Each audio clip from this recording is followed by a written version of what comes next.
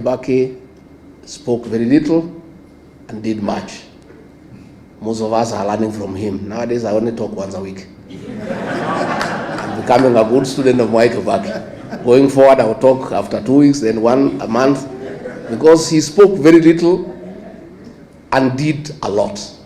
And I think you don't need to speak much. You just work, and work can be seen. And if you remember free primary education, it was real. Today it isn't.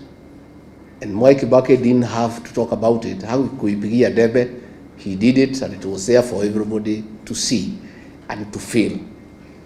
Let me, Judy and your siblings, thank you, because many people do not appreciate the place of family in leadership. There's no leader who can succeed if you don't have family support. The fact that KIBAKI was a very successful leader in this country speaks volume of the support that the family gave him. And therefore, as we celebrate him, we want to honor the family for standing behind your father, supporting him at home, and allowing him to dedicate his life to the service of this great republic.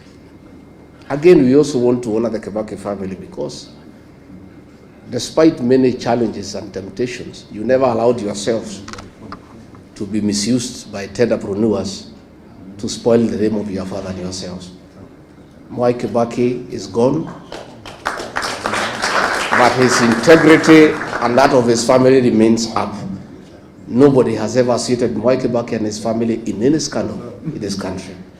And we know the temptations around family by people who want to use proximity to power. So you have really dignified your father because his name is good, and nobody has ever thrown him into anything that would have looked conflict of interest or commercial interest for his tenure in State House. He did a good job, and we want to really salute the family because that is really the way to go. Dr. Mukisa Kitui, we are envious of the cabinet you served at KIBAKI, that you are allowed to speak. Justin Muturi and I can tell you, in the cabinet we served, it's only me and him who could speak. And that is why we had to be edged out. The rest are flower girls and praise and worship choir. So we would have wanted, if things could reverse and we served at KIBAKI, we would have enjoyed, because he would have allowed us to contribute, to make meaningful contribution to the management of the affairs of this country.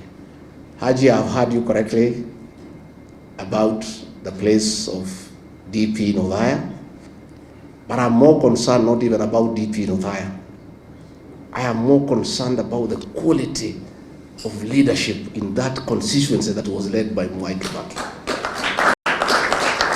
A graduate of the London School of Economics, the greatest president of all times, a man who represented Othaya with wisdom, a man who was a good debater. Then when he was gone, the replacement of KIBAKI, like today, it's a shame. Member of Parliament who never speaks in Parliament at all, who hasn't made any contribution on the floor of the House.